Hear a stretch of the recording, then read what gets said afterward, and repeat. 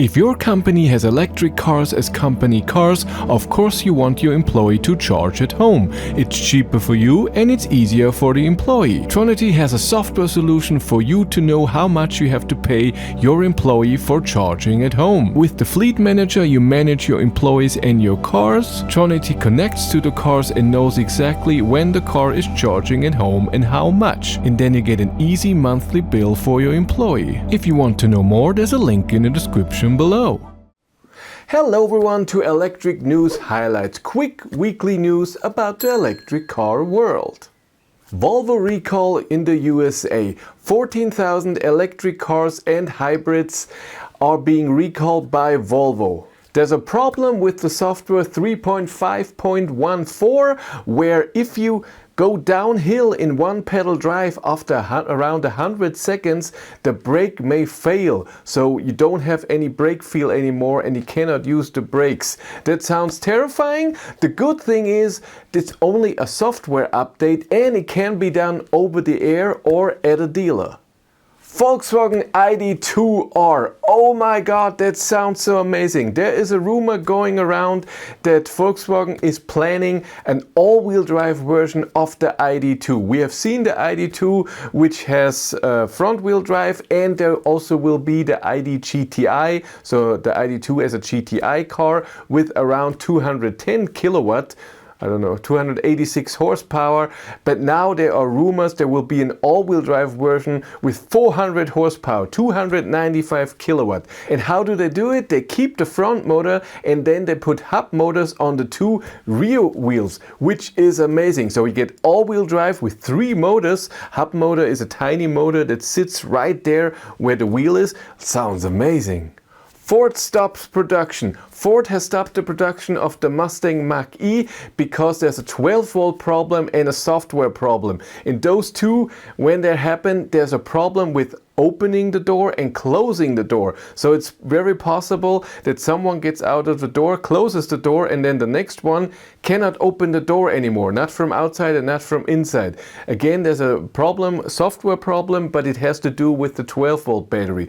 They're trying to fix this and they have an update ready. It should come out in the 3rd quarter of this year. So that means in right now, in July till September. And this applies to 316,000 cars all over the world built from 2021 to 2025. Wireless taxi charging. In Göteborg in Sweden, Volvo has provided a few Volvo EVs with wireless charging components so they can charge wirelessly, and there were 2 charging spots where taxis, when they're standing and waiting for a passenger to drive, they can just charge there. Charging is up to 75 kilowatt, which sounds amazing, and now they did this for 2 years and now they noticed it really works. A lot of cars have been charging there and now they're expanding it because it works so great. Sounds like an amazing idea. Nissan Leaf 3. It's time, it's happening. I already presented a few pictures of the car in old news. The new Nissan Leaf is coming. You can order it at the end of this year and it's gonna come in 2026 in the beginning of this. And now we have a bit of data about the car. The size is between a Micra and a Raya. A Raya is the big SUV, a Micra is the tiny little car. So I'm guessing it's a bit like the Elroq. Looks like it. It now has a CCS port, which is amazing, and we get 2 batteries. 52 kilowatt hour battery with, what was it? 436 kilometers of WLTP range, has a 130 kilowatt front wheel drive motor, or a 75 kilowatt hour battery with 604 kilometers of WLTP range and has a 160 kilowatt front wheel drive motor. 0 to 100 times are not amazing. Small battery 8.6 seconds, big battery 7.6 seconds. Charging doesn't sound amazing as well. The small battery can charge with a peak of 105 kilowatt, the big battery of 150 kilowatt, and times Nissan says 20 to 80%, not 10, 30 minutes. That doesn't sound too amazing. The car will have then a battery heater. The old Nissan Leaf didn't have that. So when you navigate to a charger, it will preheat the battery so you can charge really well. It also has Android Automotive, so you have Google Maps and everything in there, which is also cool. The car can charge AC with 11 kilowatt. It comes with vehicle to load up to 3.6 kilowatt. And in the future, there's also an update plan that it can do vehicle to grid and vehicle to house. Mercedes premium charging station. I didn't know we need that, a premium charging station, but Mercedes thinks it's time for that. They are planning 10 charging hubs of those here in Germany, and the first one is done. And it's somewhere where I am all the time, in Wernberg-Köblitz. You have seen my long distance test. I always charge there because there's an Ionity charger with 6 stalls, there's a Tesla supercharger with 10 or 12, and an EnBW charging hub with 8 chargers, so 16 stalls. And now Mercedes has built their own premium charging hub there with 3 Alpetronic 400, so you can charge with up to 400 kilowatt there if you're the only one charging on one charger. But of course, every charger, it's a hypercharger, has 2 plugs, so 6 cars can charge there.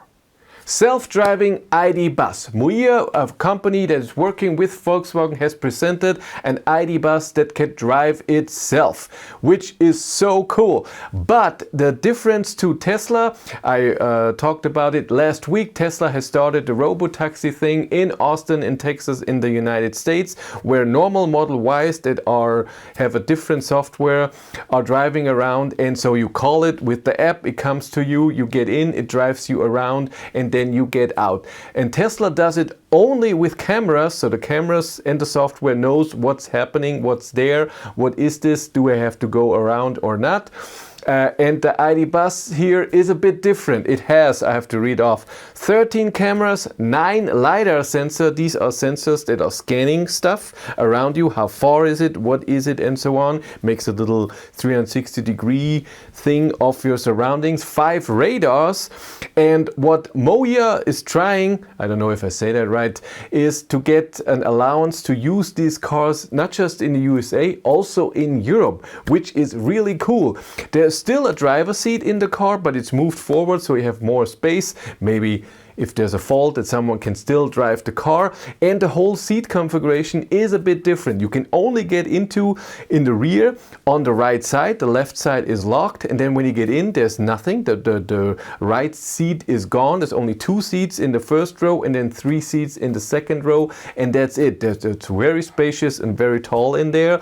And we'll see if we all need self-driving cars. Is that really so important? I guess so. And the news to my channel. Right now I have here on the driveway the BYD Seal, a limousine from BYD that's very similar to the Volkswagen ID.7, by the way. And I'm very excited to drive the car a bit. It looks stunning, looks nice. Today I drove a bit around to see how the car is. Sadly, I cannot use the app. I tried to, but you have to be the owner of the car. Then somehow you get a QR code that you can scan, and then you can use the app. I couldn't find it. It never showed up. I checked the software a bit. They had to change a few things. The assist system, if you want to turn off some things, is a bit hidden, but I will look at a few other YouTube videos. Maybe there's a shortcut somehow, and also the driving data seemed to be a bit problematic, but the rest seems to be really cool. It's the all-wheel drive version. I wanted the rear-wheel drive version, but that was totaled 2 weeks ago, so I got this. I'm still happy to get it, and it says even on the car 3.8S, so I'm guessing 0 to 100 is 3.8 seconds. It has around 500 horsepower in the all-wheel drive version. We'll see if this is true. I will test it as much as I can test it.